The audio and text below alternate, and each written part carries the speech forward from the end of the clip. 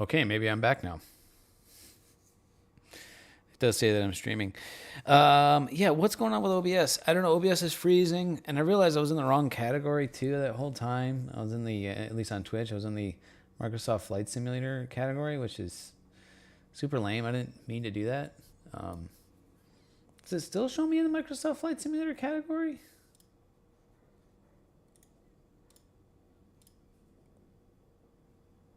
Why does it still show me the... Supposed to be. Well, Flight Simulator people like astronomy, right?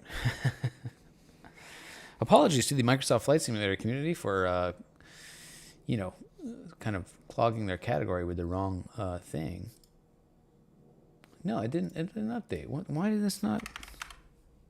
Just chatting. Done. There we go. Now it shows it. Okay. Now it shows me in the right category. Gosh, there's so much to think about when you're streaming.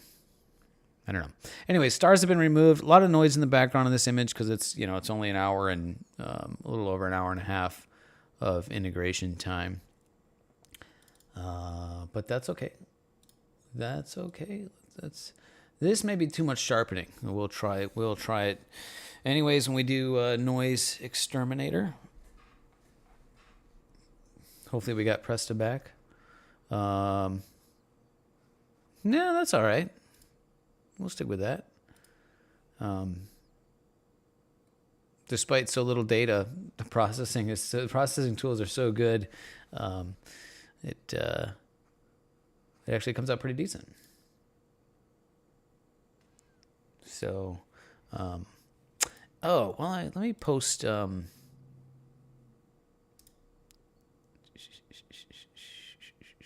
going to post that image. I'll post the images that I've processed in the Discord.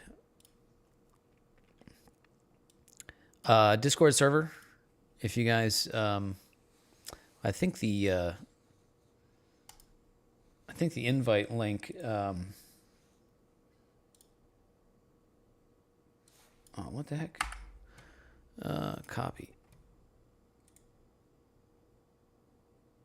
Paste. What in the... Trying to post a link to the Discord server here. One moment. Hidden use copy button.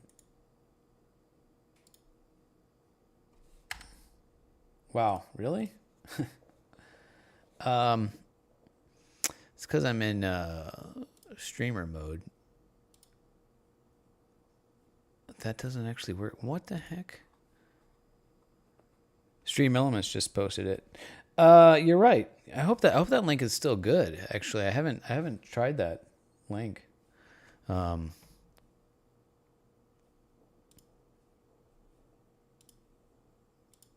There we go. Link to the Discord server. It is. You just joined. Oh, cool. Very cool.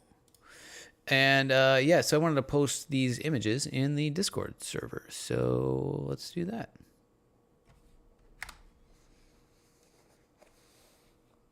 Take a look and join the Discord.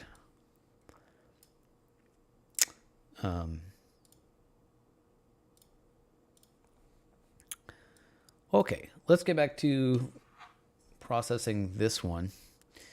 I'm going to use a script. I'm going to use the Easy Processing Soft Stretch script on this. We'll give this a try. It looks like that'll give me a good start. Lot of background in here, a lot of noise. That's kind of to be expected with the amount of data that I have for this image. So that's okay. Interesting is that there's a lot of reddish pink down here and some up here, and that looks to me like that's nebulosity. That's signal that's supposed to be there, and so we'll with more integration time, it'll be neat to see if that starts to really pop out and separate from the background noise.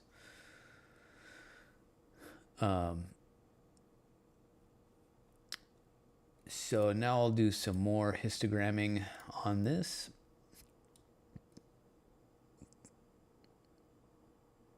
To darken the background. And we'll just kind of crush that noise for now. That's probably about as good as I'm going to be able to get out of this image. Again, not a lot of data.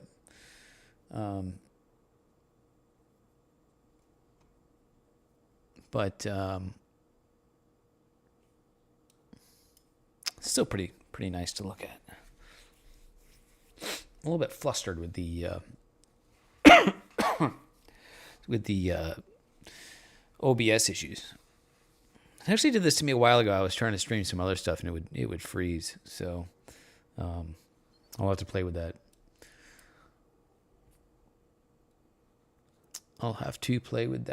Okay, next step, usually what I do is try to bring out the nebulosity a little bit with some range selection to make a mask. And not gonna put a whole lot of care or effort into this one, since it's not a lot of data, and I know I'm gonna go back and add more data anyways. Local histogram equalization to just make that look a little bit more interesting.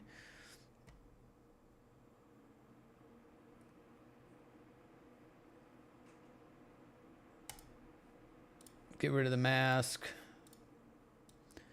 Then maybe a little bit more curves adjustments to crush that background noise a bit more.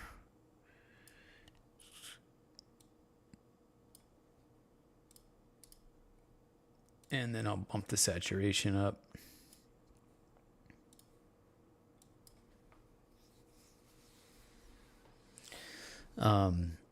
Pretty good. Clone stamp tool. And we zoom in. We'll just start painting out the stuff that I don't want. This is a little bit tricky here because there's, a high signal area. I don't want to,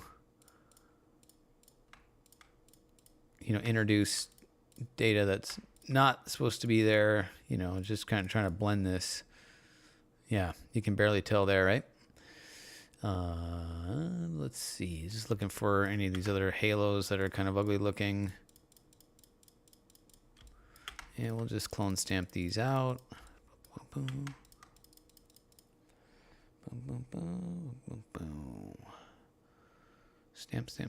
We'll leave those. It's fine. I don't want to put too much. Don't need to put too much into this image, since we know it's not going to be that great. Okay, stars. Let's do SETI Astro star stretch script. 0.5, remove green, execute. I have taken pictures of the moon, Pressa. I can show you. I can share some moon pics. Let me get these stars added back in real quick, and I'll show you. The moon is. I mean, the moon's amazing. But never really been too really too interested in putting effort into too much lunar imaging. There is so that's the Rosette Nebula. Pretty nice. Compare that to the old one that I had.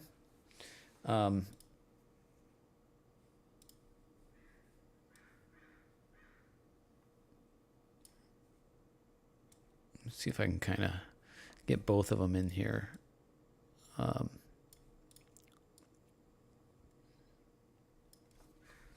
So there's old and new. This needs to be like rotated 180. Yeah, it's I can actually do that.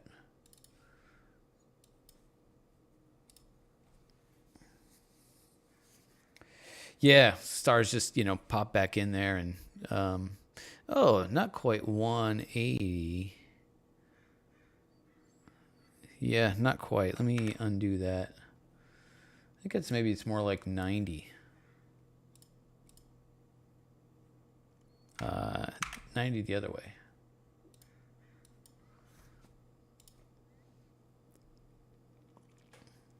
That's a pretty close orientation. Just trying to match the orientation of the two to kind of see the detail.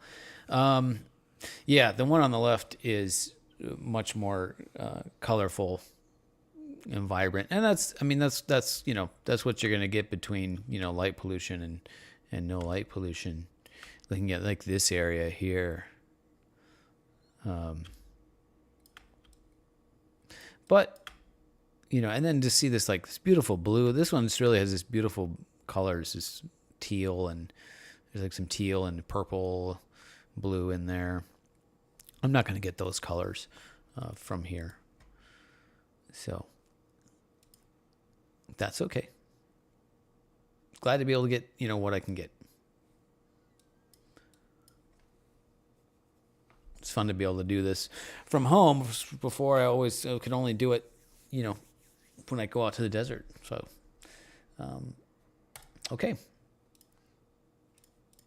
Let's close the chapter on the Rosette Nebula for now. I'll save a JPEG and I'll share this in the Discord if you want to see the full resolution version. Rosette Nebula.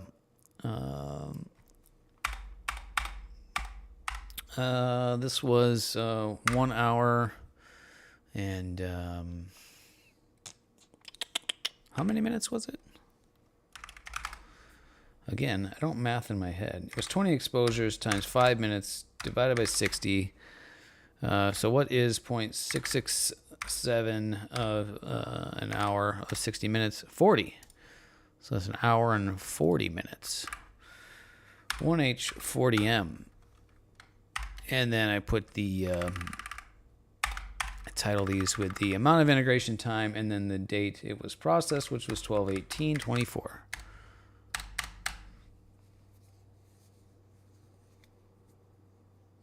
Are you able to photograph outside of the visible spectrum? Yes, and actually some of this image is outside of the visible spectrum. Slightly. Most of the light that you see in this image is the hydrogen range, called hydrogen alpha, and that's like right on the edge of the red that we can see in the visual spectrum. So right to the red end, not quite infrared, but it's like just to the edge of what our eyes can see. So your eye would, you can see some of this light. It's not bright enough that you can see color.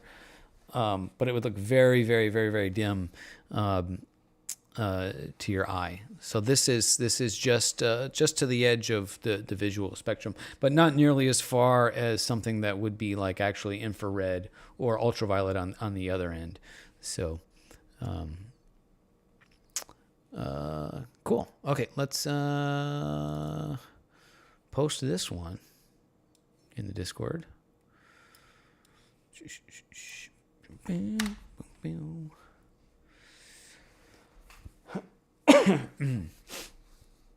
Okay. Cool. So I have, there's another one that I shot. Let's check out this other one that I shot last night.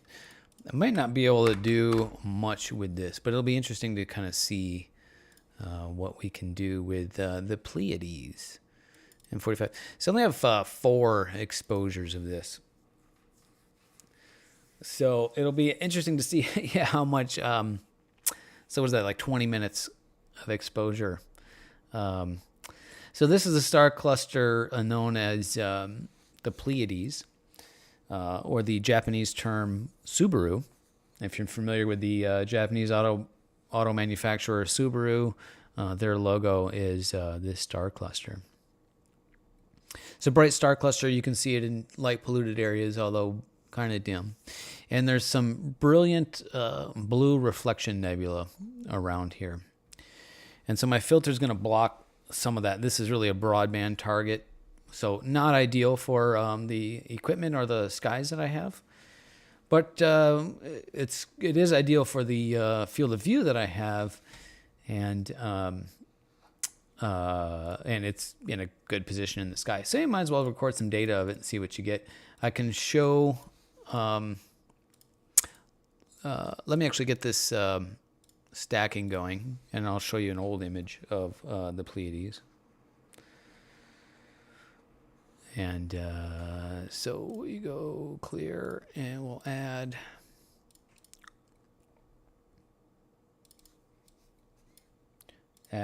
all of these. Yeah, so that's a fun little fact that not a lot of people know. And we'll do a drizzle integration on that. Folder out. Okay, and then I'll run.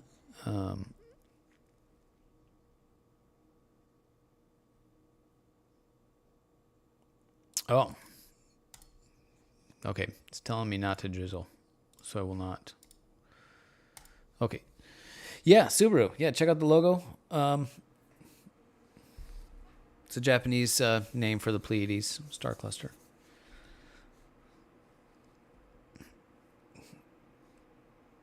And another thing about the Pleiades too, as I understand, it was in old times it was like an eye chart, an eye test. Test how good your eyes are. How many of the stars can you see with your naked eye? So this is Subaru, the Pleiades.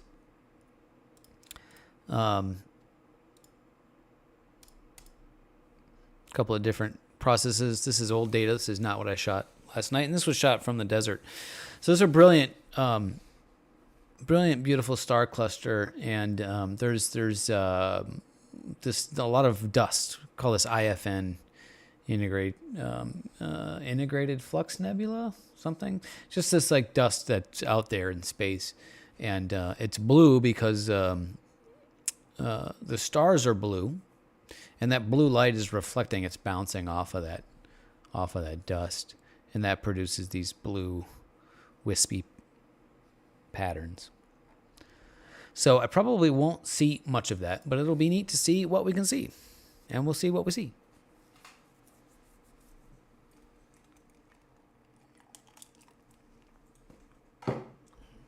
And over the course of the next week or so, I'll be able to add some more data. Oh, actually, what's the weather looking like?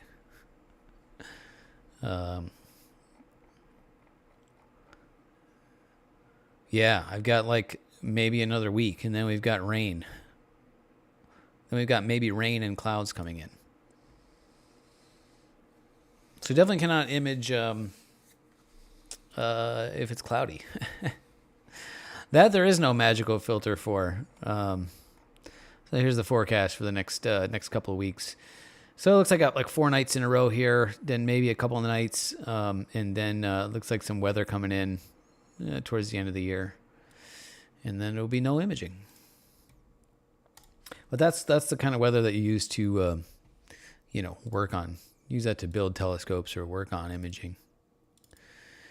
And we got our stack is done. Let's see what this looks like. Yeah, there's some data in there. Not much, right? Not much. There's a little bit here, a little bit here. With more integration time and less moonlight, we might be able to get something more out of that. There's not even a whole lot of gradient, not even a whole lot of sky glow in this image. There's only 20 minutes of time. Hey, what's up, JB, over on YouTube? Thanks for stopping by. You started out Astro in August. Cool, man. Cool. Oh, man. 10 weeks of 90% cloudy weather. Pleiades was the last thing you shot before the winter rolled in. Awesome. Check out JB if you're new to Astro. Check out the Discord server. Let me see if I can post that in the YouTube chat. I'd love to see what you got. It'd be neat to. It's always nice to compare, images and data, and happy to if you just started with Astro, happy to help with any experience that I can. Let me just give me one sec here. I'm gonna post the link to the Discord server. So if you want, pop on Discord over there, and let's chat Astro, right? Invite people, copy. All right, let's see. There you go. There's the link for the Discord server. And then Chris Archer, what's up, buddy? Are you in the Bay? Weather's been awful out here recently. I'm in Southern California, Chris. So, yeah, we've had we've had a lot of like this like high wispy cloud stuff, which is. I kind of prefer it. Like, it might as well just be like overcast, right? Because it's like you get this high wispy clouds, and you're like, oh, maybe I can get some imaging, and then you just end up getting, a bunch of junk data, or it's like, oh, maybe it's good, maybe it's not good, but then it's like, no, it's just as bad. So if it's like totally overcast, it's like, all right, you don't even bother getting it out. So, JB's been posting the observational astronomy. Yeah, well, that Discord server is going to be probably much more useful than mine. There's a lot more people in there, and I'm kind of starting out a Discord server for this stuff, so it's mostly to support the YouTube channel. So you just designed an 8-inch Hadley-esque clone. That's awesome. Let's see that too. That's great, dude. Are you imaging with that 8-inch Hadley clone? Is that what you're imaging with? Whoops, sorry.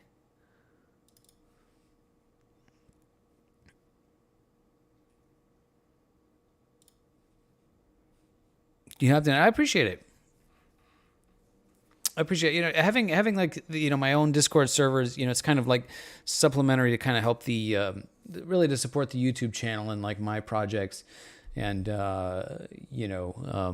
So, anyways, we're trying to process this 20 minutes of exposure of the Pleiades. There's not a whole lot that we can really do, so I might just I'll try see what Graxpert does with subtracting that background. Hoping to image with it later. Cool. So it did pull out a background. Oh, actually, that looks fairly decent. Look at that. Yeah, there's some nebulosity in there. I'll probably keep shooting this. I'll add more data to it. Let's pop a quick. We'll do a quick background neutralization and color calibration on it. That didn't do anything. Here we go. And now I'll just do regular color calibration on this for now. I don't want to put too much time into this image. It's only 20 minutes of data. And there we go. Do that. Kill on that.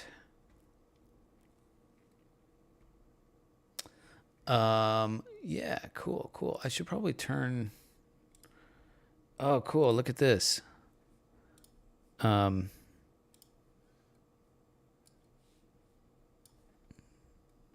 Wow, check that out. That's pretty awesome. That's 8 inches, huh? Well, you got a focuser on there. So,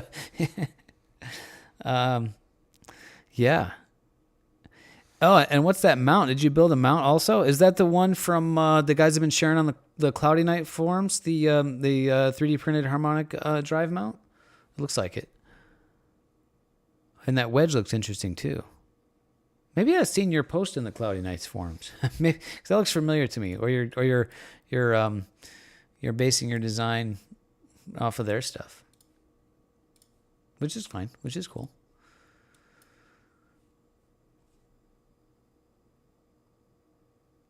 Ah, got it. Cool. Awesome. Awesome. Have you been able to image with that mount yet? Is that working for you? And are you running OnStep?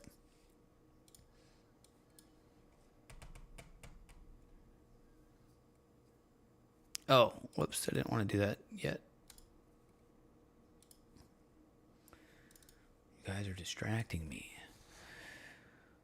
Yeah.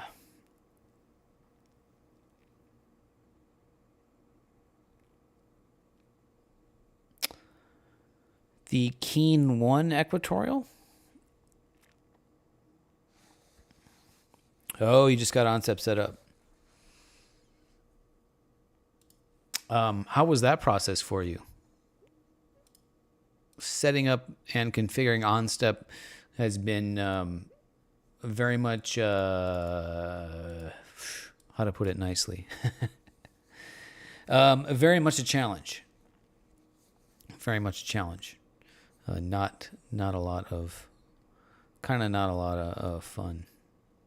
No, it's cool, man. It's fun to have people here. You know, I don't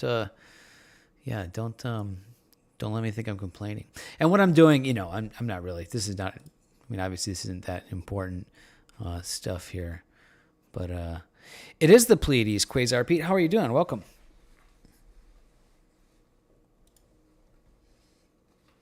Nice to have you here. Only 20 minutes of exposure time on the Pleiades.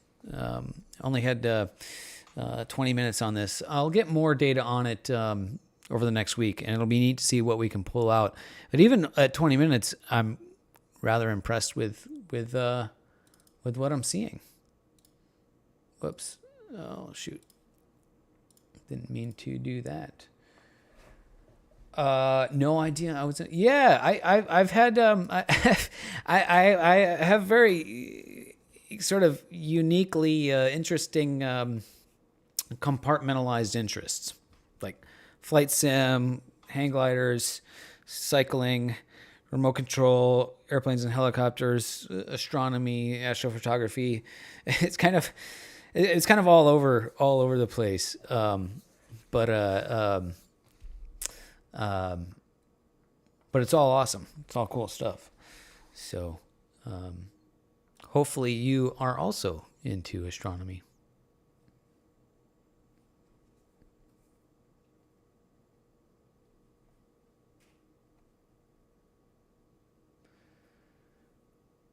You do a lot of astronomy.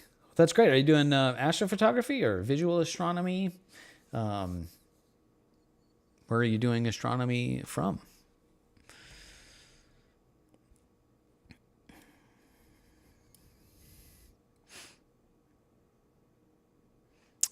Chris is in OnStep integration hell. I feel you, Chris. Fighting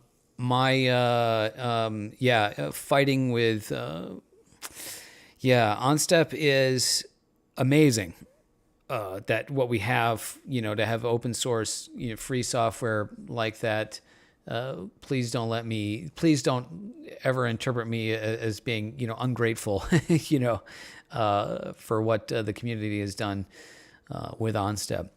However, boy, it can be really, really complicated and difficult if you're not like an Arduino, hardware, wizard kind of guy.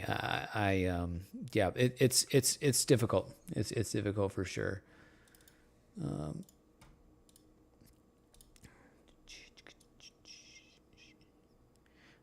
So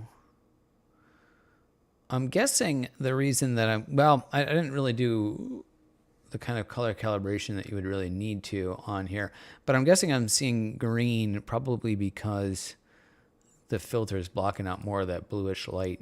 I could probably do some curves adjustment on that. JB says OnStep was a little rough. Yep. You used the 27:1 planetaries in the first stage. Yeah, I had the exact same thing. Yeah, on my mount when I first set it up, I used the 27:1 planetaries, and it's way too many steps per degree. And what I think, yeah, maxing out.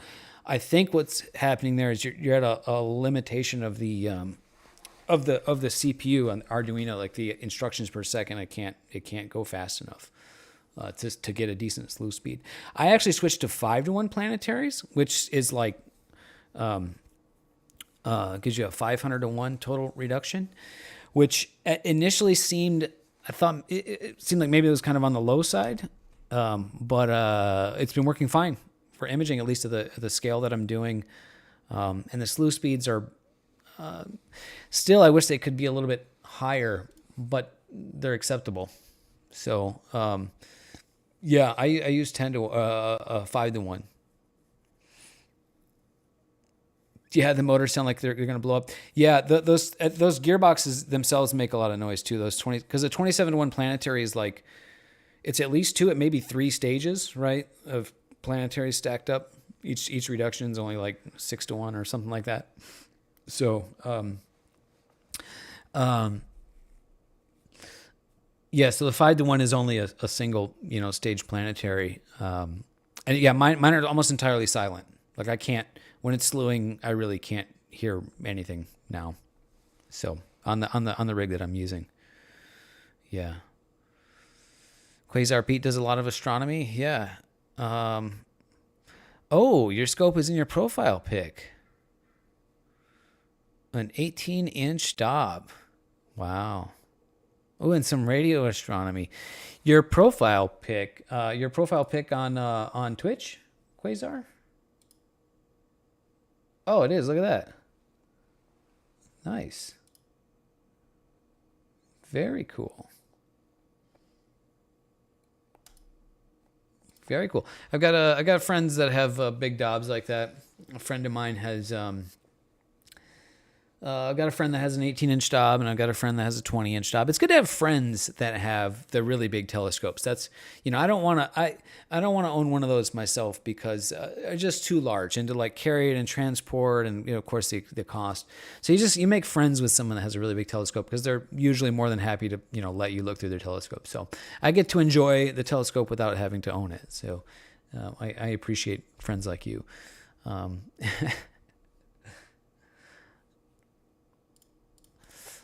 Let's play with the curves on this a little bit. Whoops. Curves on this guy.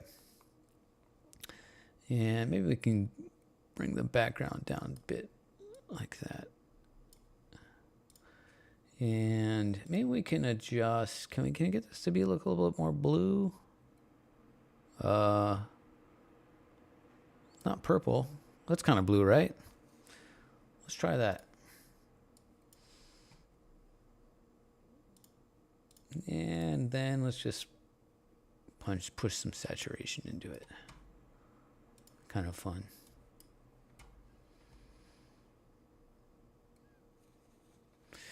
On step is 100% amazing.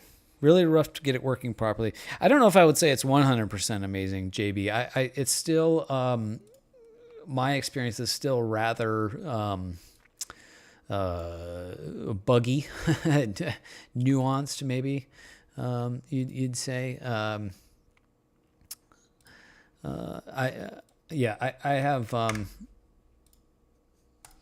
have some times with it. We could go into some details on that. Cool. Let's pixel math this these stars back in here.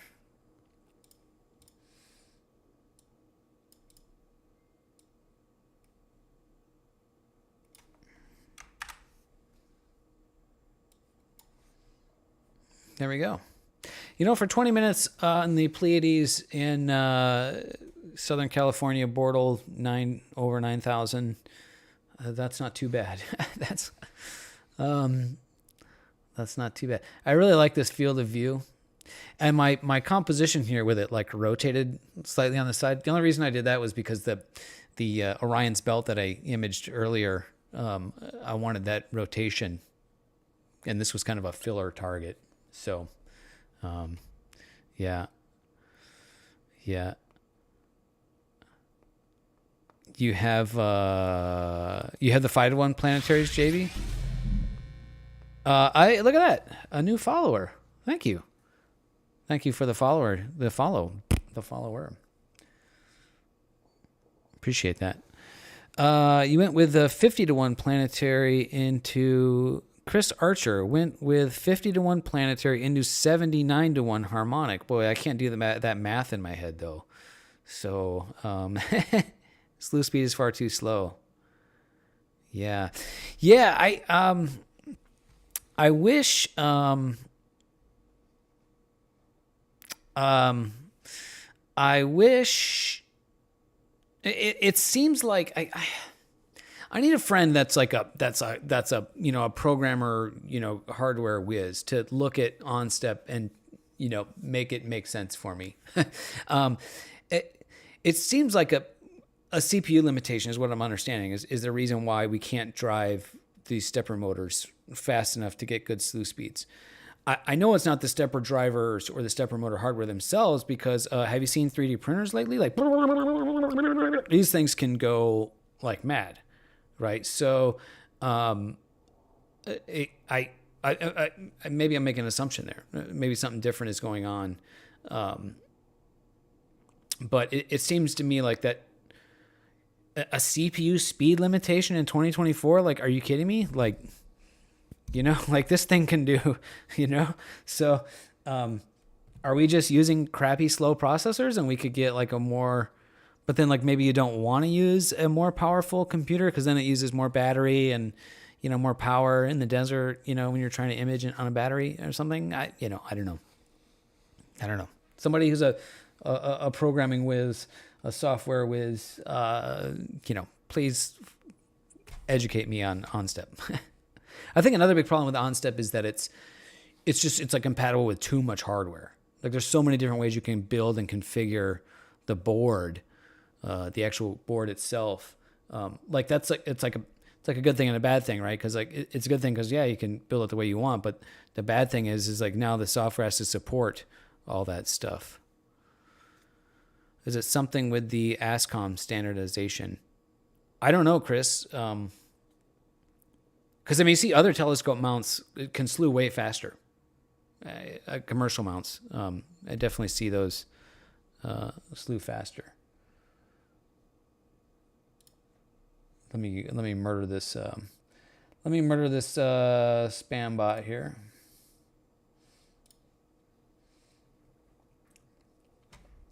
Okay, for you guys that are just joining, you're seeing this like, I don't want to say crappy. It's just, a very incomplete view of the Pleiades. But check out the Orion's belt shot that I got last night. This one's great. This is only 3 hours of integration time. I'm really pleased with the way this is looking. I can't wait to add more data to this one. Trade-off between speed and precision. Yeah, I would think that, Chris, but like, look at 3D printers, dude. These guys that are doing 3D printers are so fast, and they have to be fast and super and very precise, right? So, I don't know why that would be different for a telescope mount. Like even like a decent telescope slew speed, it's like nowhere near as fast as a 3D printer is going. Although, okay, maybe when you factor back in the gear reduction, maybe the motor itself really is spinning kind of at the limit of its RPM and accuracy. I don't know. It's tough.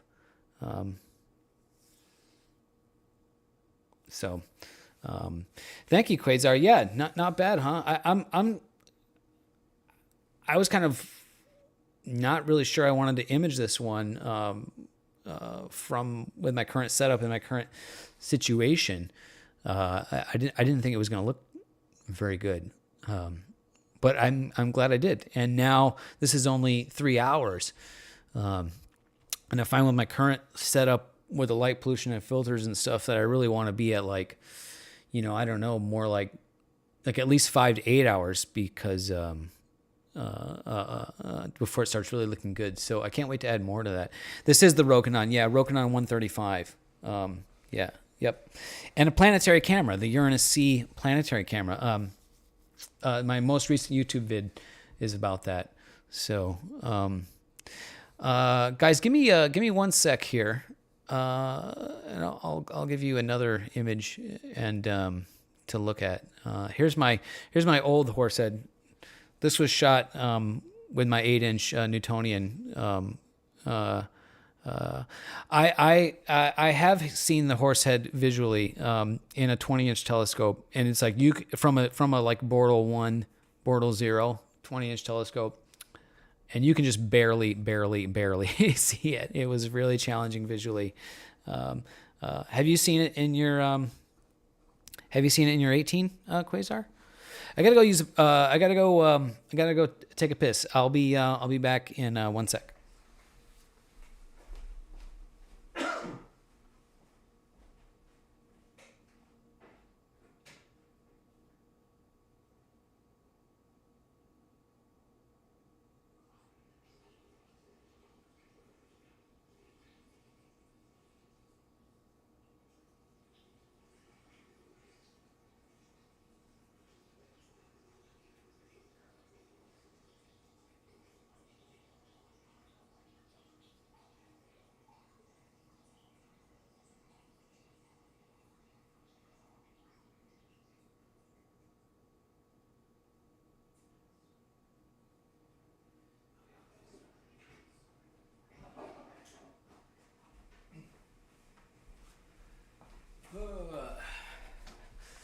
All right, cool. Yeah, try doing the horse. Yeah. Oh, snap. That's incredible. Thank you, Jay Bigley. I guess that's what your name is, Jay Bigley.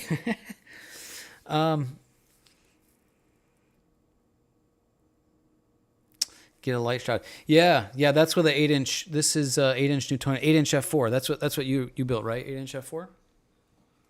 And that's with my Canon 7D Mark II DSLR. I don't have it anymore, but unmodified. But it was also from a dark sky. This was from the desert, like Bortle. Actually, I think that was. I could look it up, but I think that was actually in. I think that probably was Panamint Valley. So yeah, that's like a Bortle 0 or 1. Integration time, not very much, like 2 or 3 hours on that, maybe. And yeah, I mean, there's detail, like even like there's pretty decent detail in the in this, the dark dust cloud here. Yeah, that Canon 7D Mark II is a pretty capable astrophotography camera. So I shot this back in 2017, January 2017. So yeah, Quasar. Yeah, no, we were able to see it, man, but it was like, it's one of those things where you get a bunch of astro nerds gathered around a telescope, and you're like, oh, I think I can see it. And you're like, oh, just look like this, and averted vision, and blah blah blah, and yeah, you can see it though. So Chris Archer saying probably 12 volt versus 24 volt to the steppers. All 3D printers run on 12 volts. I'm running my I did not notice a difference with that, Chris. I did do a little bit of experimenting with that. I'm running my on-step at my on-step controllers at I think 19 volts. So it's a little bit more than 12. But maybe. Yeah. Higher inductance motors needed for the mount. I don't know much about that.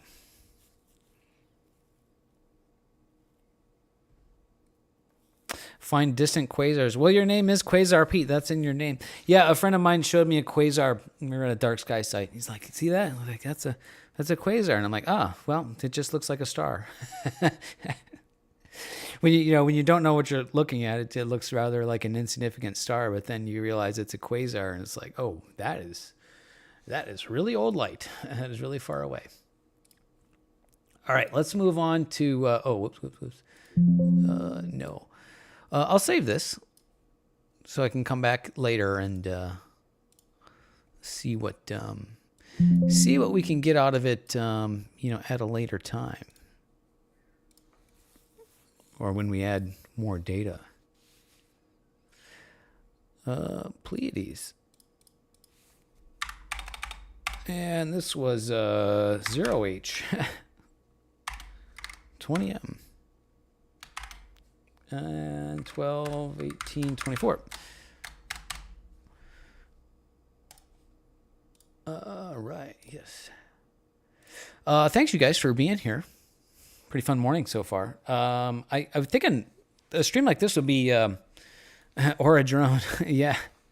I think a stream like this would be, fun to do at night while I'm also imaging, right? So you can like process data and, maybe do like a live stack and see stuff coming in. So, yeah.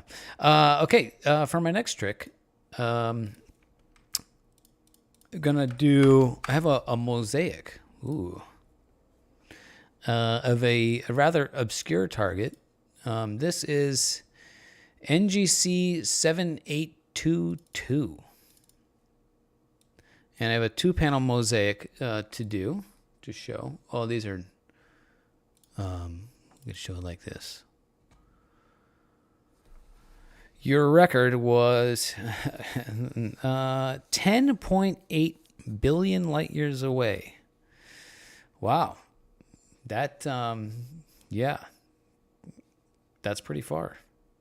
Yeah, that's, what's that? That's like 2/3 the age of the universe. A little bit more than that. So yeah, that's pretty old light. Where are you observing from, Pete? NGC 7822. This is panel 1, and this is panel 2. So I'm going to integrate and merge these together. So this is going to be a lot of integration time, so we'll have a lot of time to chat here while this is weighted batch pre-processing.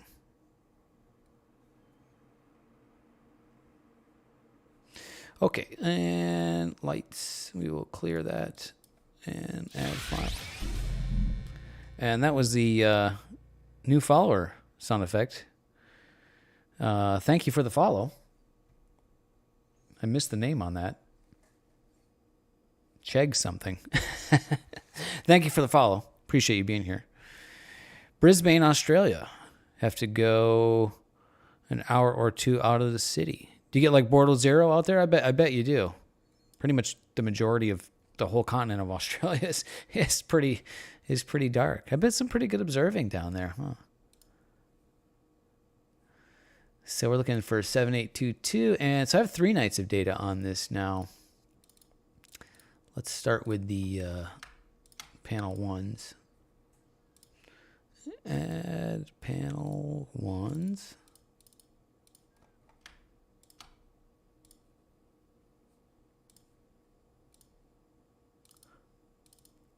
I feel like it would be really trippy to go like, observing from like in the southern hemisphere, because all the constellations would be upside down. I feel like it'd be trippy to see that, or maybe for you, if you're used to seeing it down there, and then you come up to the northern hemisphere. NGC 7822, and we're going to do, let's just do 1 out. Select, and so 6 hours and 50 minutes on this panel. So we'll run that.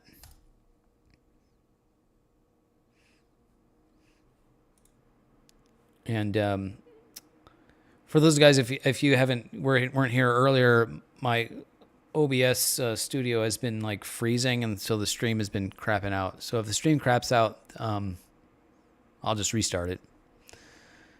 Let's see. So check out, while I'm doing integration, a while back I splurged for the Ryzen 9 7950X 16-core CPU, and it's at times like these where I'm really glad to have all of these cores. So look at this, absolutely hammering all 32 cores. Yeah.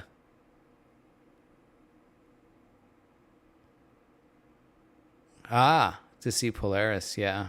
Yeah. I mean, it's not very spectacular. But, yeah.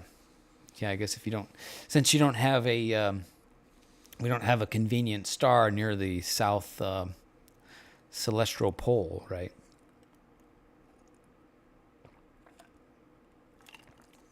No large and small Magellanic Clouds. Yeah, those are probably the biggest things that we miss out on in the northern hemisphere. But Chegg the Meg, that was the name of the new follower. Thanks, brother. Thanks for, or sister. Sorry, I don't mean to assume genders around here. Thank you for following and joining me this morning.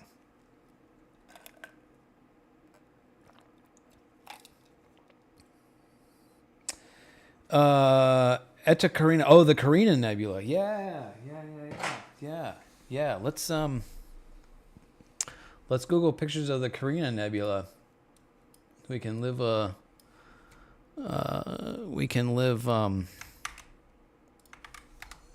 little bit through. Wow. Let's see some images here.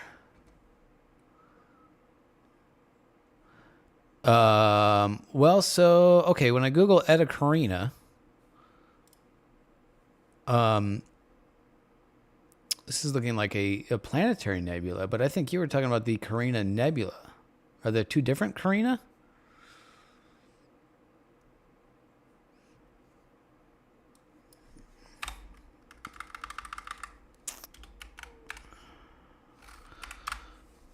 Yeah, JWST image. The Carina Nebula, I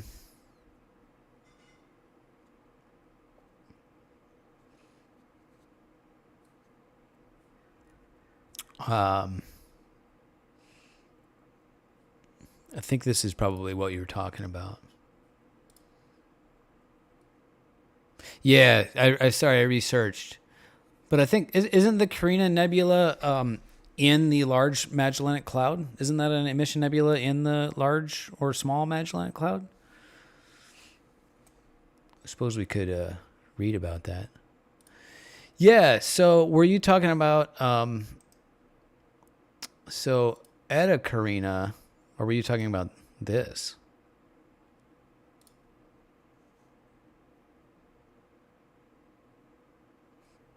A huge billowing pair. Oh, the Tarantula Nebula. Yeah, isn't that what this is?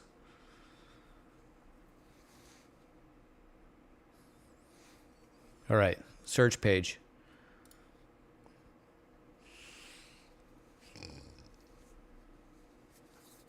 Feel free to post a link too if you.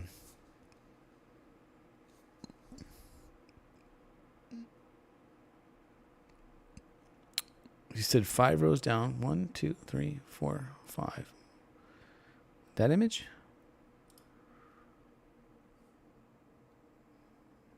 This one right here?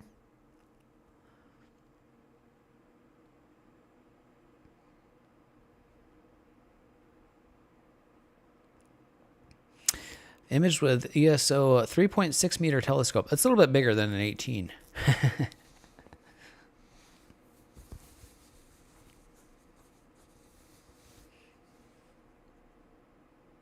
By the way, if we want to see my CPU going here. Wow. So that one's quite spectacular in the for visual observing, huh? Looks like a small mushroom. Oh, yeah, here. So let's search let's search Astrobin for the Keyhole Nebula then, and let's see. Oh, sweet. Keyhole Nebula. Whole region fills a 100-degree eyepiece. Wow, that sounds quite amazing. Yeah. So this is what we're talking about, right? Wow. Wow. Wow.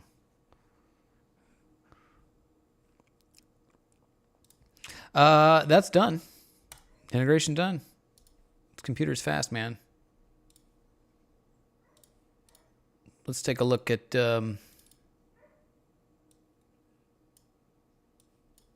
integration.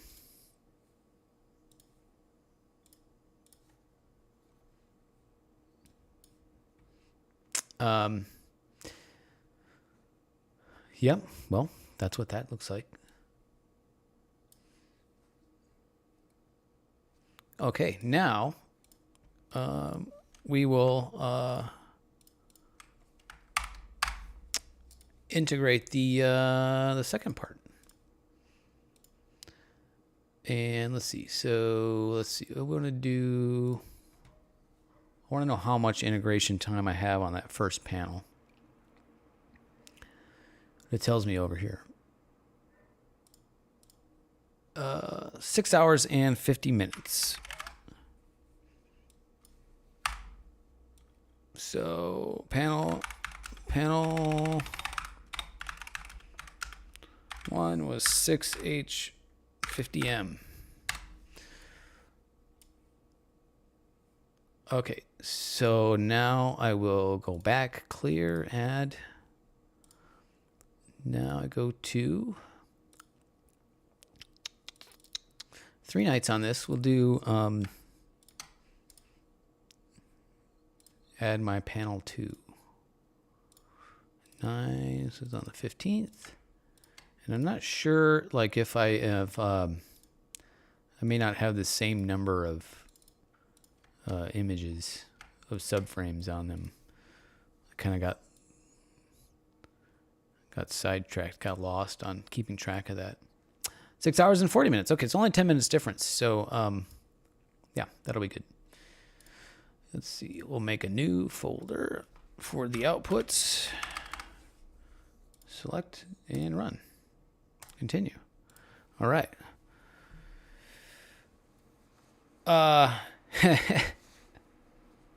Yeah, it's funny, huh, Pete? I've done both now. I kind of had my tours of duty into both. When I first got into astronomy back in like 2014, it was astrophotography that hooked me. It was the imaging. And that was kind of all that I did. And, I would look through the telescopes, look through the other guys' telescopes, but I wasn't really too, I was focused on astrophotography. And yeah, it's so much messing around. That's kind of a good way to put it. Is, yeah, it is messing around. It is a lot of, and so for what it's worth, the software and the hardware, but really the software side of things has gotten so much better. So I did astrophotography for a couple years, like 2014 to 2016, and I got out of it. And recently, just in the last, it's a rabbit hole. Yeah. Recently just got back into it in the last few months. And in that time, the software has gotten so much better. It's like everything from the acquisition to the post-processing is, the astrophotography side of the industry really kind of took off. Maybe it's sort of a second renaissance, you might say. There's so much great hardware out there now and software. It's really brilliant. Now, of course, I'm the kind of guy, I can't just, do things. I have to, make it. I don't know if I do this on purpose, but I have to make it harder on myself. And so now I'm, building my own telescopes, right? So this data that I'm processing was, shot with the telescope mount that I built. So and I'll share. I've got a 2-part video on that. I'll share the link to it again. This is part 1. Part 2 will be dropping, maybe next week or so on YouTube about the telescope mount that I built and the process that went into this. Yeah.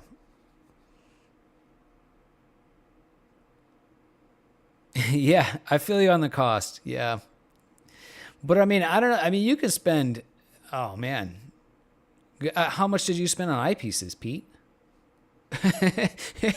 you can easily outspend maybe not easily, but you could outspend an astrophotography rig on eyepieces. Yeah, depending on.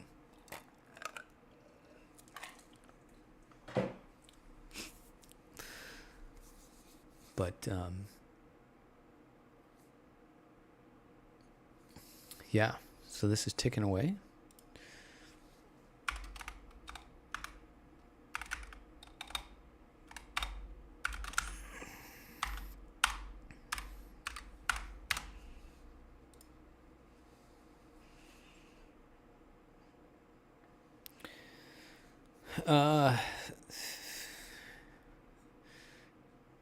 Jay Bigley learned CAD 6 months ago. That's great.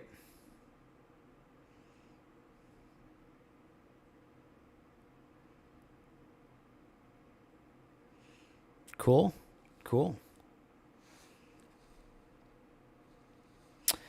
Wish there was a better way to source strain wave drives.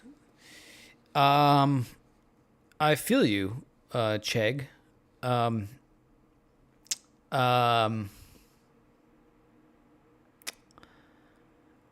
AliExpress actually has worked well for me. And I have generally had mostly good success ordering stuff from AliExpress. Maybe a little bit tricky to search on there. Yeah, unfortunately, those things are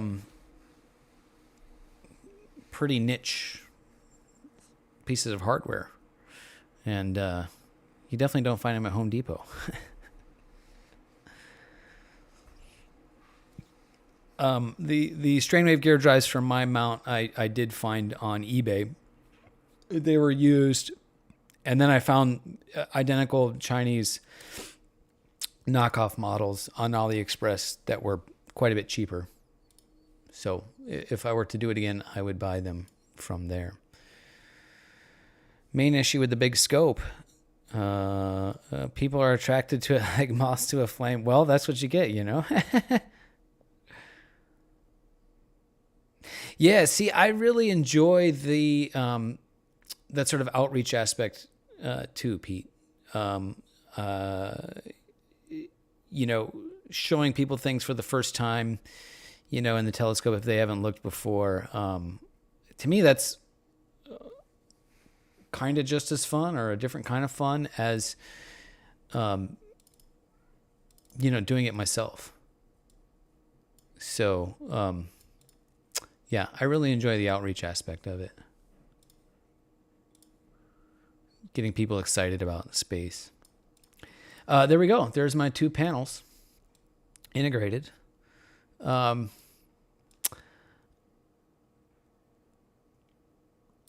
look kind of something like that.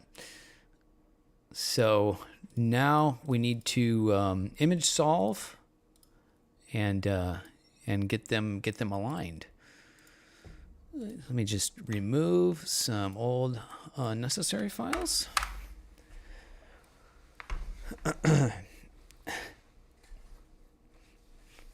Do you, Pete, when you go observing, do you go out to like some camping spots and some dark sky areas, or do you have like it's like popular camping spots? You got a lot of people around there, or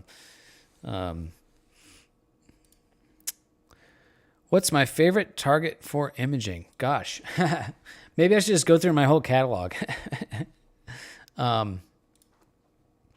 That's a tough question.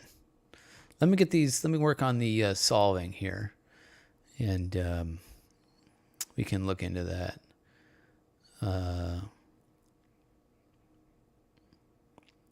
Let's see, image analysis, image solver. And I should be able to just hit go on these. Favorite target for imaging? I don't know that I can say that I have a favorite. I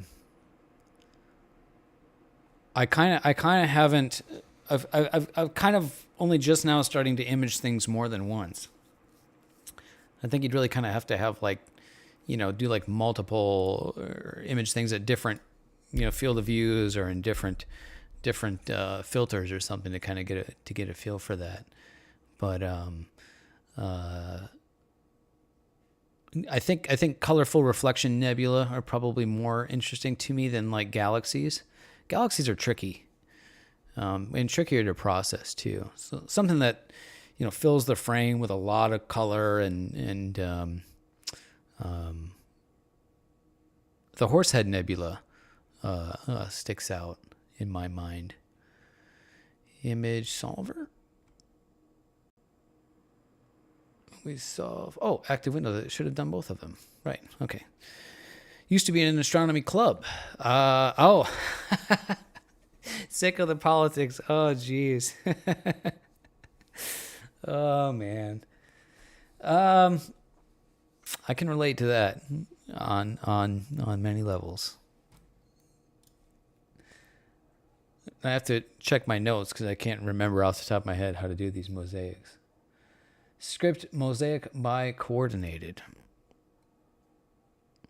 Some of the planetary nebulas look amazing to image. Yes, but they're very small. Angular size very small, so you need so that makes them quite challenging because you have to have really long focal length, which means really hard to guide in order to get like a lot of detail out of them. So those ones actually like a large Daub, an 18-inch Daub on an equatorial platform and doing like Lucky imaging, I think is probably a more ideal way to do that type of those type of objects. I haven't tried that. I should. I might. Script. What was it? Mosaic by coordinated. Mosaic by coordinates. Add windows. Okay. And then I need to set an output. NGC7822. We'll just put it there and hit OK. That should do it. I don't think this image is going to be, this object is going to be particularly amazing, but, we will, we'll play with it anyways.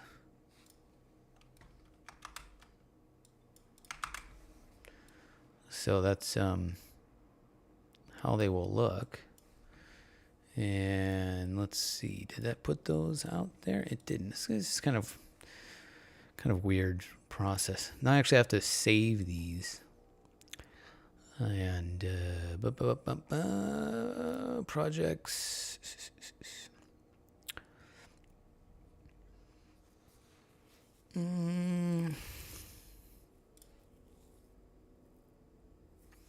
XISF.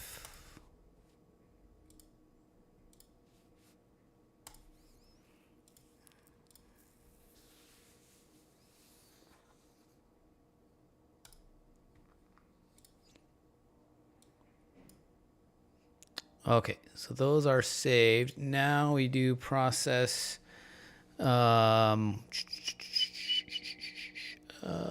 processes, gradient, merge, mosaic. Add files. And now I go grab my files. Oops, both of those. And I can just leave the defaults for now and just hit go. And we'll see what that does. Funny story. Showing the group the Ring Nebula. No, I don't like that name. I am calling it the Crispy Nebula. Looks like a Krispy Kreme donut. Okay.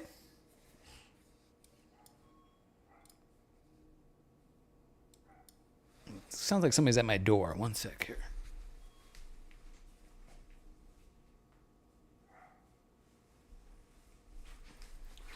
Oh, it's just my neighbor receiving some packages. There we go. So that is Krispy Kreme donut. So I was showing my neighbor and his girlfriend. What was I showing him? I think it was Regulus, one of the stars on Orion that's actually a binary. And I was pointing it out that, like, look, you can see the big star, but then look, there's another little star next to it. Like, that's a binary. A lot of stars are binary, blah, blah, blah. And she's like, oh, it's cute. She's like, oh, he has his own little emotional support companion star. So that kind of stuck with me too. Like, okay, yeah, those are emotional support companion stars.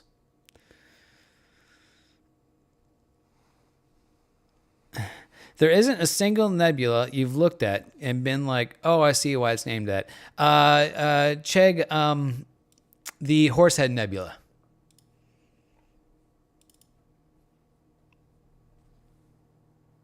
Horsehead Nebula. That one's a very earned name. Fishhead Nebula.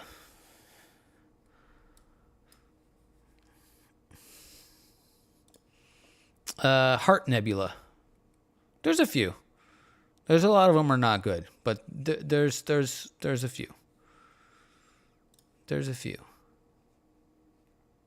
I'll definitely give you Pelican Nebula. Who came up with Pelican Nebula? Okay, so my mosaic is merged, but it seems to be, I don't know. This could just be like the gradients or the sky glow. I could also play with well, I think we'll just try processing this one. See what we get. See what we get. Terrible names. Yeah, I mean, what else are you gonna name them? You gotta name them something. Maybe you could, name him Dave's Nebula.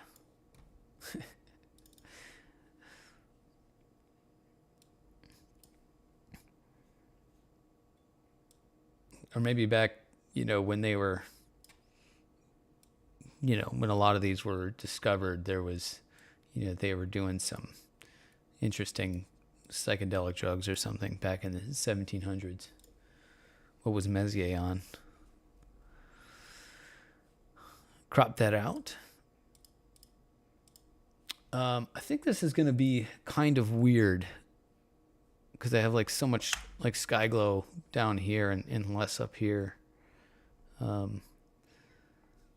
lot of this was imaged also on nights with a lot of moonlight. And it's a pretty faint target. Crop those sides out a bit.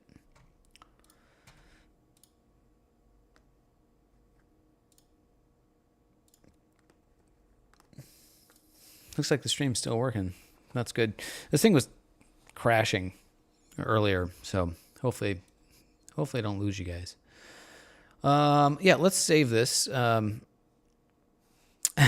out of ancient gods. Yeah, we could always invent more gods. I want to save that as, let's see. Let's go NGC 7822 mosaic, and this was like 7 hours and 6 hours. So this is really like 13 hours. I'll call it 13 hours.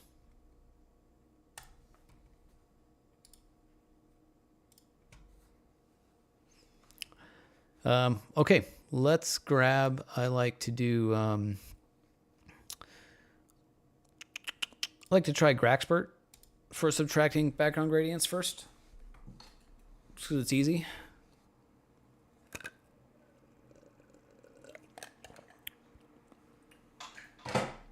The constellations.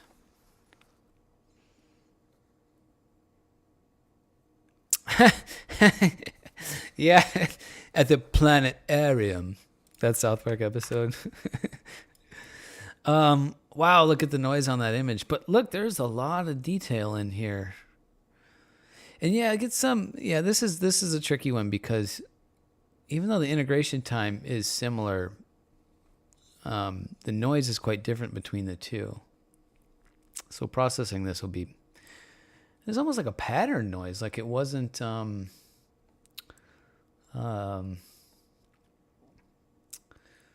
Like it wasn't dithering quite right on this one. Yeah, I'll give them the constellations though, Quasar, because most of those, those were like, the names of those came from, long ago when, they didn't have. I mean, all they could do was look up at the night sky and, have imaginations, right? So, yeah. And then there's some stacking artifacts here. So maybe we'll just crop those out. Lose a little bit of data. Maybe we'll crop this down too. That's probably the...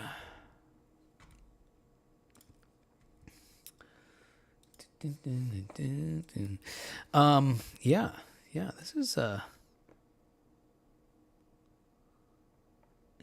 some weird artifacts with the mosaic.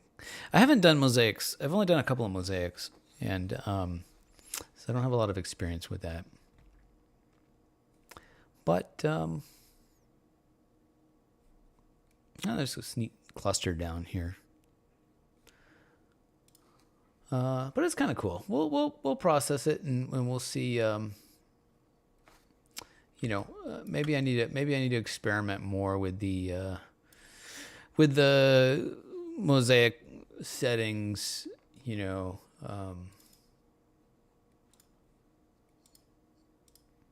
There is a lot to it. So we'll do background neutralization. You just got to crank up the upper limit until it actually does something. Nope. Nope. There we go. Whoa. That is,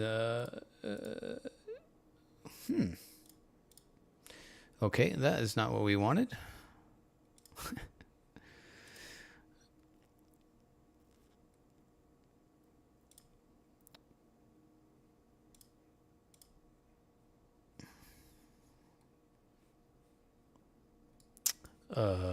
That's weird. What's going on with that? What is that? Oh, I'm on the wrong.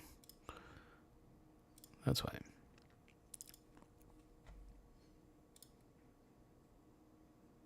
Oh, that's why.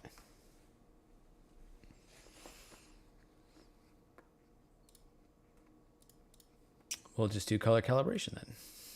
That was kind of weird. Oh, hold on. I'm just dumb. I was using the wrong preview image. I was using the wrong reference image as a preview. There we go.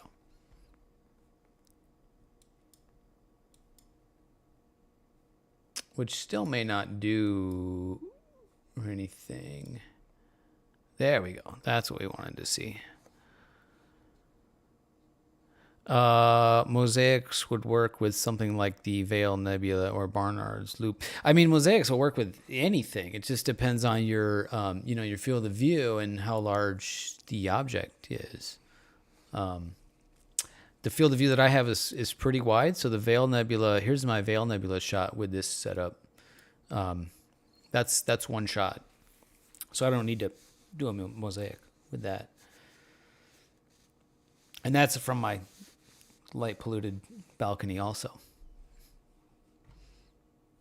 It's one of my nicer images. You asked me one of my favorite images to favorite targets to image, and well, that's one of them.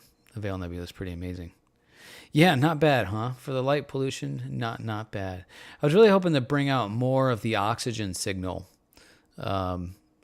But I don't know if that's even possible. Maybe I need to use an O3 filter specifically and just image O3. I'm also thinking that a lot of that oxygen signal gets, blended with the light pollution. So, yep. For comparison, here is this is what I shot in the. That's what I shot in the desert years ago with my DSLR unmodified.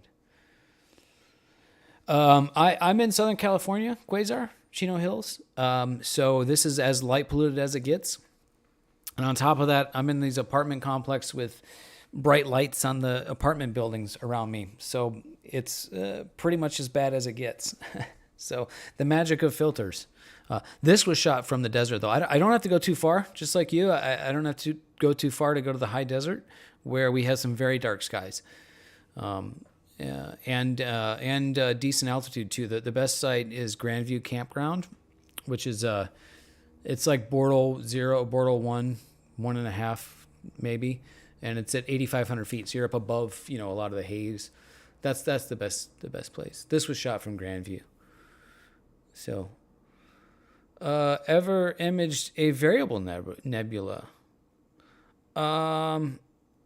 Technically, yes, Chegg. Hubble's variable nebula. What part of the sky? Oh, I have that one here. Let's see. So this is the Christmas Tree Cluster and Cone Nebula, and this right here is Hubble's Variable Nebula. So I would need quite a bit narrower field of view to get detail out of that. I think I have seen a time lapse of that. Do a Google search on that. I think I have seen like an animation of that. My assumption is that it's going to vary.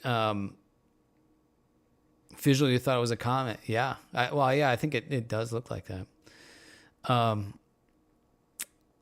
Astro Biscuit did one. Really? Did he get an animation of it? Maybe that must have been where I saw. But I feel like you really need like. I feel like you need like months or days and days worth of data, right? Because it's not like it's going to change hour to hour, does it? I feel like it'd be like a more gradual change. I have no idea. All right, let's color calibrate this guy.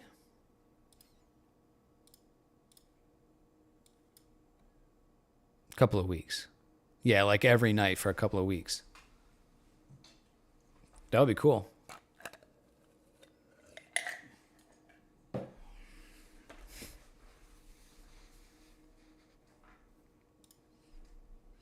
Okay. Yeah, well, this is it's an image. Let's blur exterminate it. Let's see what we get.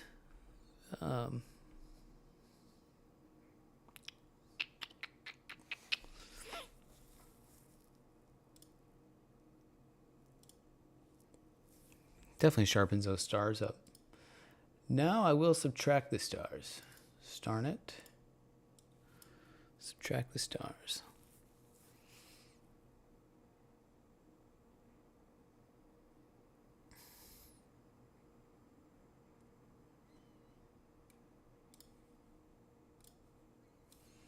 Stars are gone. Yeah, interesting noise patterns here. Why the noise is so much different up here as opposed to down here? That's interesting. And these like stripes through here. I wonder. I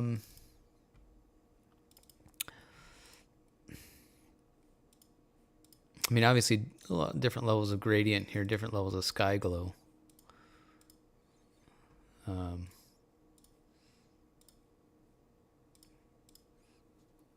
But I guess that's probably the gist of it. So does that mean like I really need like way more integration time on this one or this one to compensate? Or yeah, there's so much nuance to astrophotography and trying to figure these things out. Like everybody's rig is going to be different. Mainly what I don't like is these lines going through here. Those are going to look weird when I start to do sharpening. So I wonder if I can just make a new one and like maybe I can play with the mosaic settings.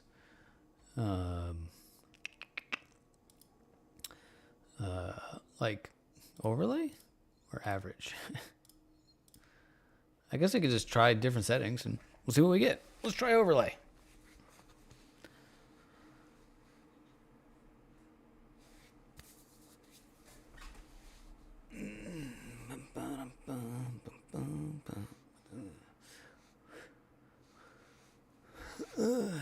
Okay, let's see if we can see what that's gonna look like. I guess you pretty much have to go through the whole processing steps to see.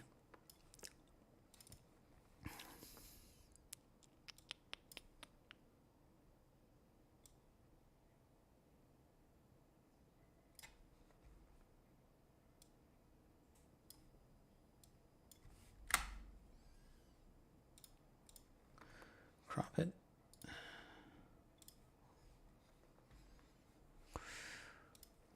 Then we did Graxpert on that.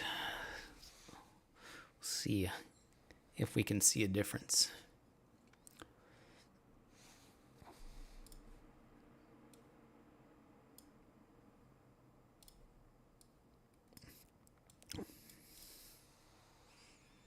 Trying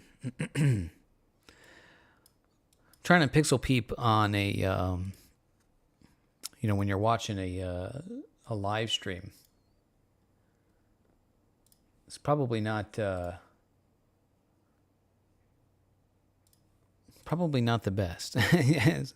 Like it would be great to have another set of eyes, but I and if you guys can supply feedback, I appreciate it. But I know if I was in the position of watching a stream, the compression that comes through, you probably can't really see very much. But there is still somewhat of a pattern. Yeah, I think it's still there.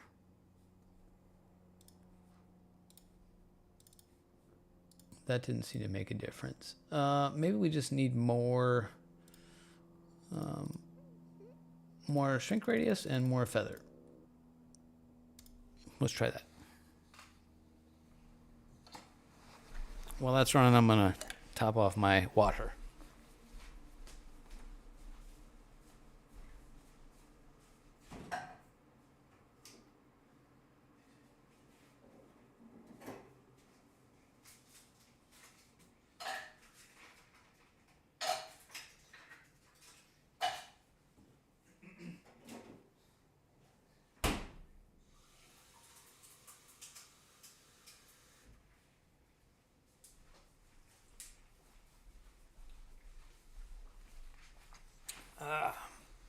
All right.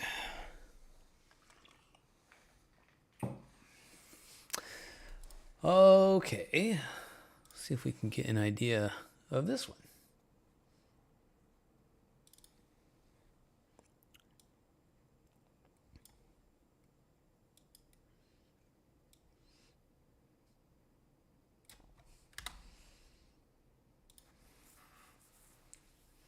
Crop it, take a look.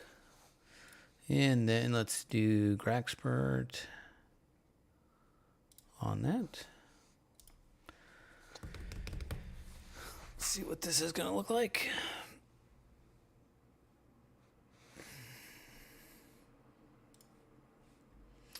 I don't see any difference. I think that looks pretty much the same.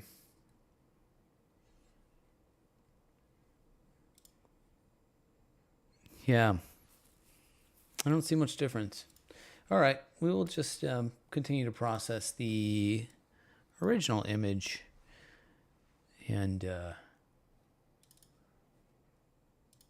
oh, whoops, I don't want to do that. Reset. The detail up. Do noise exterminator. Process this image. See what we can get. Well, there's some interesting detail going on in here. This is something, probably this image, this object better with a bit longer focal length, a bit narrower field of view. Seems like the interesting stuff is going on in there. And then we just have this faint, although this is kind of neat out here. This kind of reminds me of the California Nebula, this area. And there's this little guy over here just kind of hanging out. I think that's why I did this one in a mosaic, because I wanted to try to get, that in there as well. But I also might have, if I just rotated the camera 90, I might have been able to get, most of that all in one shot.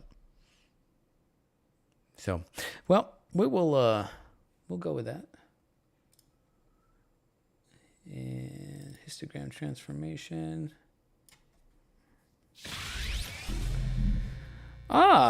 What is up? Thank you for the follow, Maple Glades, photography streamer. Thanks, brother. Glad to have you here. The processing is going pretty well. I guess I'm kind of not really struggling, but just kind of this image is, it's kind of going okay. This one is a 2-panel mosaic, and kind of now that I think of it, not even really great data to begin with. And astrophotography is definitely a garbage in, garbage out kind of situation. You can only do so much with not great data.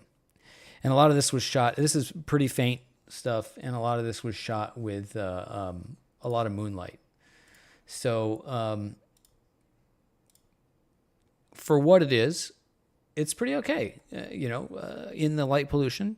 And this is a target that you don't see much. This doesn't even have a name. This is just NGC 7822. This isn't even the, this doesn't even have like a name like the duck-billed platypus nebula or, yeah.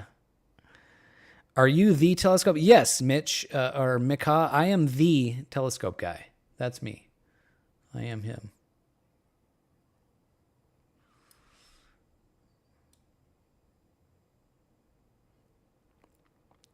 So kind of got to crush all that noise in the background there, which will do that.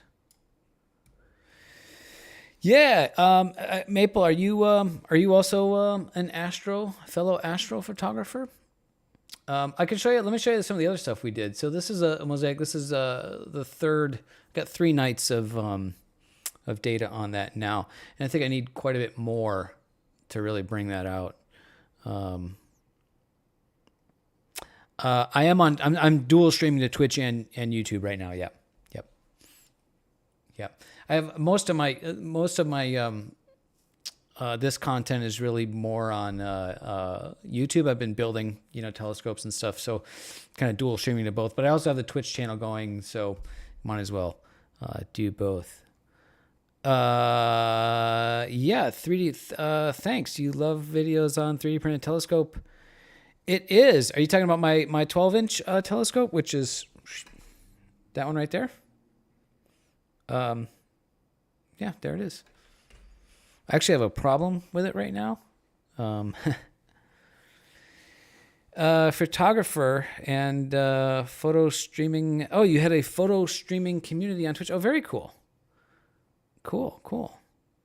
You don't do astro. You've got some astro folks. Cool, Maple Glades. Yeah, let me check out your channel.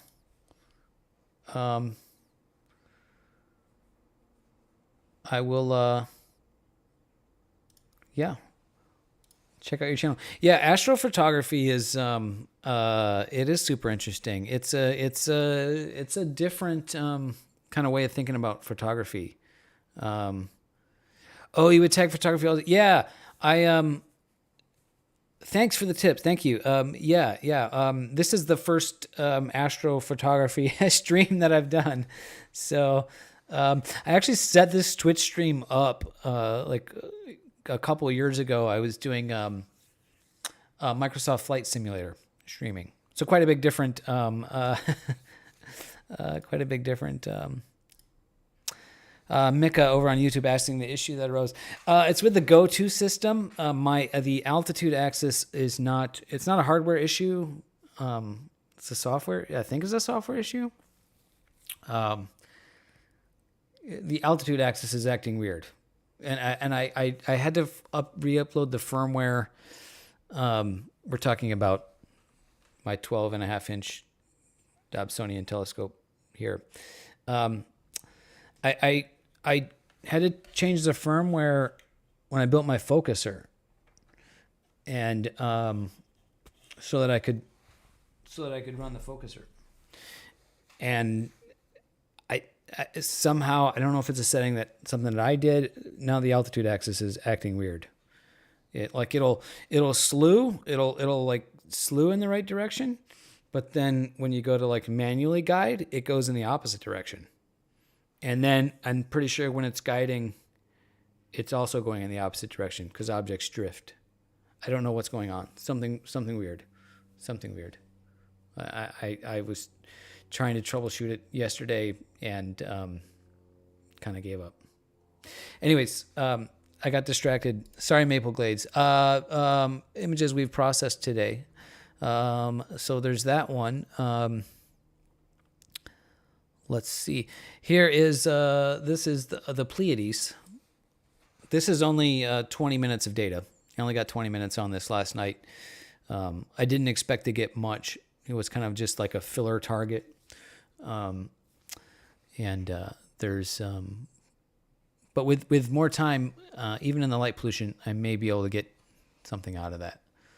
So there was that. The main attraction, first thing that I processed, was Orion's Belt. This one came out really great. I'm really surprised with how well this came out. I was not expecting much out of this. So these three bright stars here are the three stars in Orion's Belt. This is upside down to what you would see in the night sky, except for Quasar, who's hanging out in the chat. For him, Quasar Pete, this is how Quasar Pete would see it because he's down in the southern hemisphere. So this is only 3 hours, so when I can get more data on it, I should be able to get a lot more of this faint hydrogen to show up in there. But yeah, correct way for this one's for you, Pete.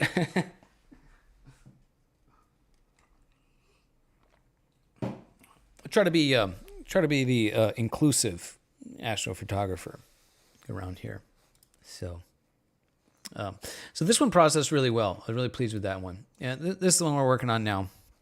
And I kind of don't expect much out of this target, but you just do things anyways. You just try stuff just to try stuff, right? And see what you get. I'm gonna bring my levels up. A lot of noise in there still. A lot of data on this, but still a lot of noise.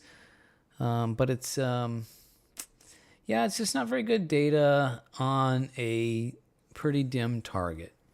So you can't really expect too much out of it. Kind of just take it for what it's worth and be glad to get what you can get. And we'll do a little bit of range selection and I want to get to just that brightest area like that, probably. Yes, the Dobbs mirror things. Yep.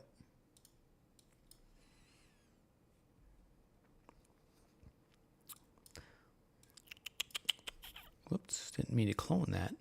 So I'm adding a range mask here, and I'm going to do my local histogram equalization trick to make the details in the brighter area, pop a bit.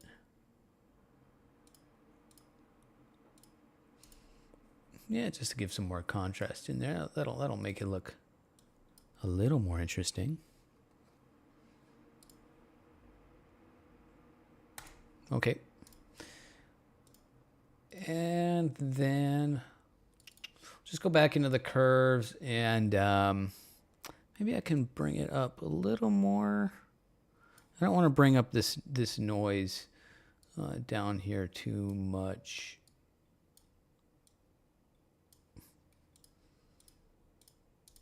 That's probably pretty good. And I'll put some saturation into it.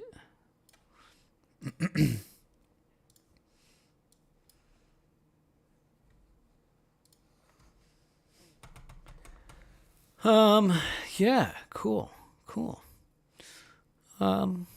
Yeah, okay, and then the last thing to do is to clone stamp out these ugly star halos.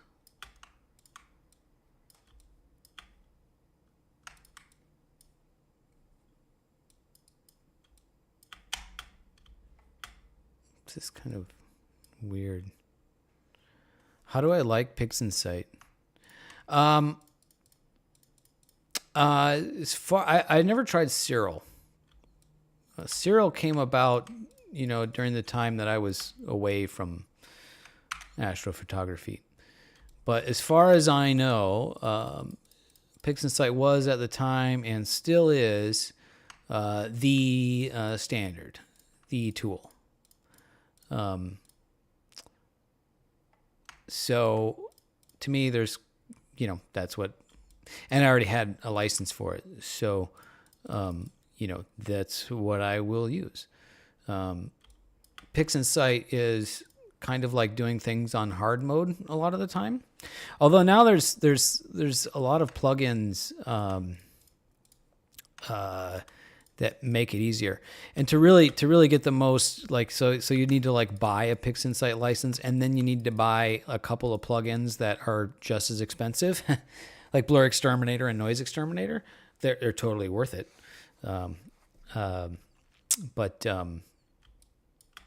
Yeah, so it ends up being, quite a bit more of an investment. So, keep that in mind. PixInsight's user interface is probably not very intuitive. It's pretty unique from photo imaging processing softwares, from what I can tell. It's nothing like Photoshop. I never used Cyril, so I can't comment on that. And there's aspects about the PixInsight interface and workflow that are just kind of it's kind of wonky. It's like, why would they do it that way? Mainly all your processes that you need to do things are get to go processes, this, and there's no let me have shortcut buttons up here, So you have to make your own shortcut buttons, which are over here. It's weird. It's very counterintuitive. It's not like something you're used to. However, it's the tool to use. There's, as far as I know, it's still definitely the standard.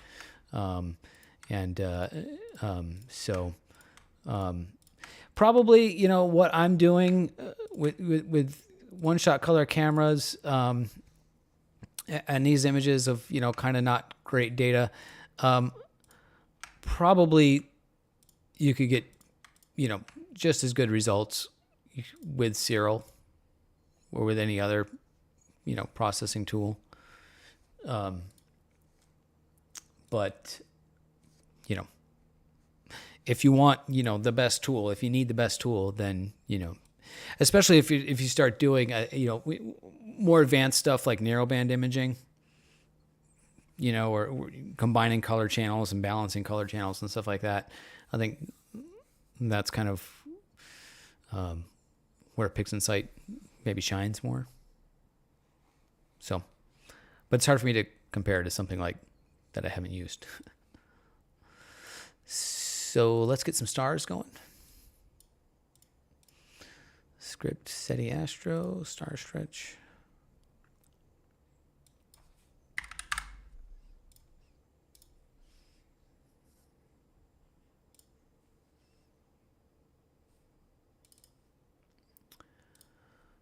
Then we'll copy that.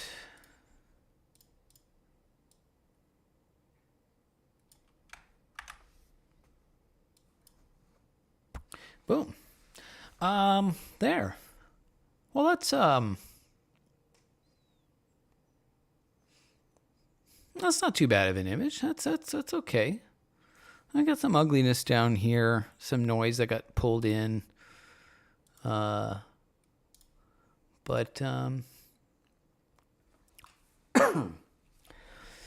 let's compare that now to, so this is like 6 hours of integration time per panel.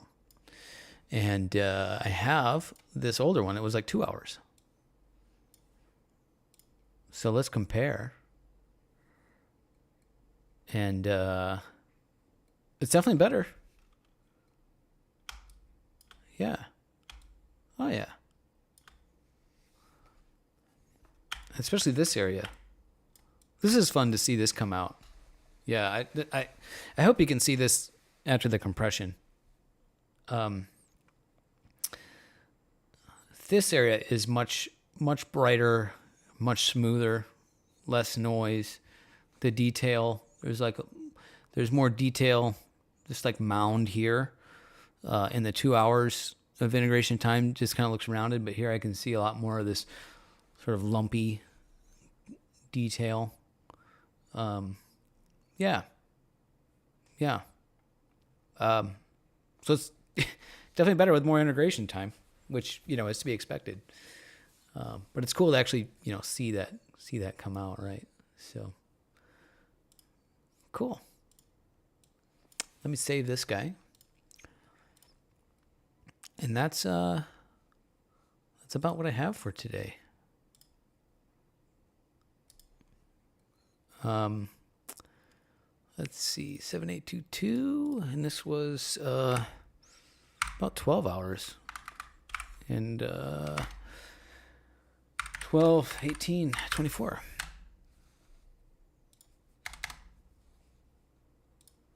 I think I just named that something weird. 1824. Definitely not 12-18-24. Definitely wasn't 1824. Yeah, so that's about all I have for today. I mean, I could always, these things are like, there's so much, there's so much you can do in processing, and I do like seeing the structure in nebula. Yes. Yep. Yeah. And visually, even in a big telescope, you're looking at fuzzy, gray, fuzzy, cloudy looking bits. But being able to see the interesting structure is pretty special. It's pretty neato. So look at that. 3 images. Not bad. Very excited about Horsehead Nebula. This one, circle back with me in a couple of nights. After a couple of nights, I'll get some more data on it, and this one I think this one may be print worthy. We'll see. It may end up being print worthy. We'll see on that. I'll show you guys some other images I've gotten with this setup. This is Flaming Star and Tadpole Nebula. 10 and a half hours of data on this one. This is a cool region. I like this. A lot of hydrogen, a lot of HA in here. Star cluster. This is can't remember, but that's a Messier, like M23 or something like that. Star cluster over here. So I really like that one. Heart and Soul Nebula. This was a mosaic. This is a 2-panel mosaic that I shot.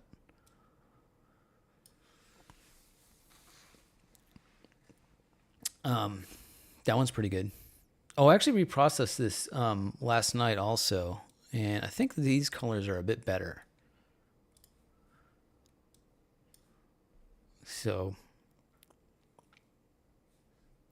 Heart and Soul Nebula, pretty good.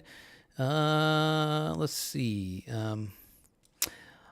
Jellyfish and Monkey Head Nebula. This one, yeah, this one I think is not.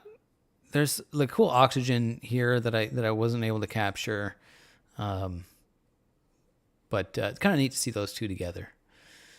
And yeah, I've got others, but I think I'm gonna end the stream here now because it's getting close to my lunchtime, and this was a lot of fun.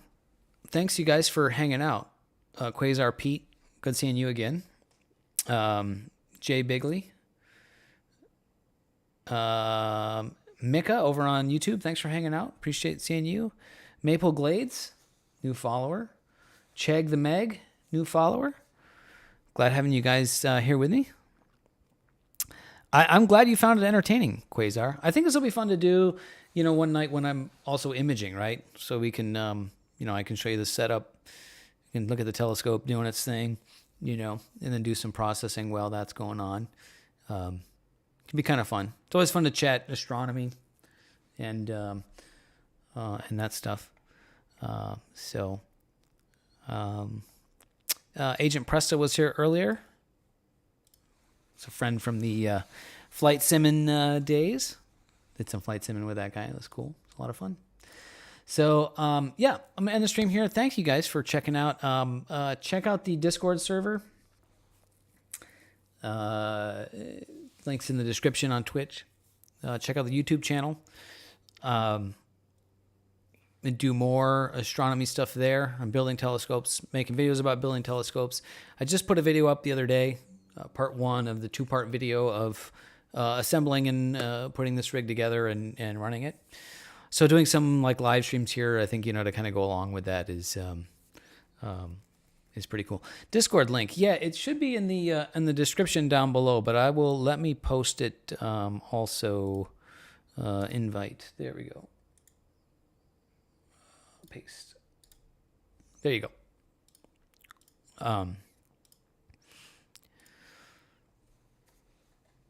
So yeah. Yeah, I need to take a piss and get some lunch. So I think I'll end here. Thanks, guys, for hanging out with me. And, yeah, catch you later.